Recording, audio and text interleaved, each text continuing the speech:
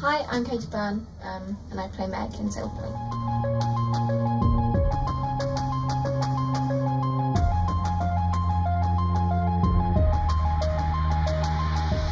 Meg is very quiet. Meg is very sweet. She's quite shy and reserved. She's like the baby of the group. Quiet summer in the outdoors could be exactly what Meg needs. Why did you get dumped here anyway? Don't you have adorable parents? I thought it'd be good for me. I think she's a sweetheart and she's been so sheltered by her parents and she doesn't want to be treated like a baby anymore. She wants to have cool friends and have little girly chats and that's why she looks up to Kaz. You coming or not? I think she's a very good friend, but at first, her shyness comes across a lot, so you have to really do some digging to get to know her. No, don't, no. Me and my sister play a lot. I mean, we used to, before she moved out. Kaz doesn't really do friendships, but when she's found Meg, she's like, okay, I found my first real friend, and so that their relationship kind of grows, which is really nice. You don't have to do this. Yes, she does. Don't let them think you're weak. She's quite hesitant to do any of the stuff because obviously she's not comfortable doing it.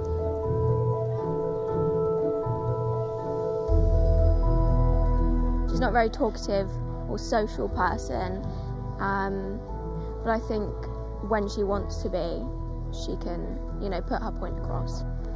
I can't stay in here, I have to go. Wait, this again? I'm going out there. You can help me or not.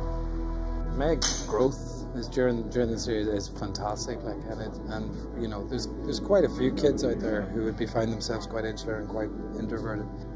It takes something like this, and it takes something like throwing yourself into the deep end of something that you're not quite comfortable with in order to find what it is that basically makes you blossom. I'd say I'm quite similar actually. I'm not a very loud person, and also, Meg's quite clumsy, which is, I'm also quite clumsy. The key thing with Meg was finding the vulnerability, and she's a character that the audience really need to connect with right from the beginning. She's the first character we see on screen. So capturing that vulnerability, and actually often with very little dialogue, often it's in the looks, and finding that sophistication in a young performer was a really tricky ask. Katie brought that absolutely in stage. She was brilliant. So I did a couple self-tapes, and then I got called up to London to do kind of an in-person audition, but also a chemistry read with Maya. Wearing my t-shirt. Oh, sorry. I didn't mean to, I spilled some. Yeah, take it off now. I don't care. It's not yours, don't just take people's things. I know. Sorry. A week later or something, we got the email that obviously I got the part and stuff. So. Take that off. Now. I didn't mean to. I don't care. It's not yours. You don't just take other people's things. I know. Sorry. Shouldn't have done that.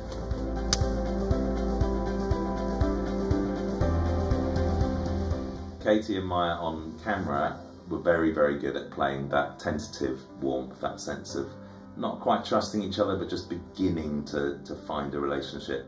And then as soon as the cameras turned off, they were laughing and giggling. They got on incredibly well, and that chemistry, I think, really helped. You just can kind of tell, I guess. With us, we kind of just bonded. We just bonded. Yes, and more please. Oh, great. Uh-oh. You left me. What's lovely in her sort of journey is she starts out as someone who's quite insular, and she kind of grows, and actually she becomes a massive sort of vessel for what needs to happen. So with that, this kind of confidence comes through her, and she forms great relationships with some of the others. The lovely thing is they all sort of start apart, and by the end they're all really tight because they've experienced this massive thing together. She becomes central to, like Claire says, what's going on, and rises through the group as the assertive one.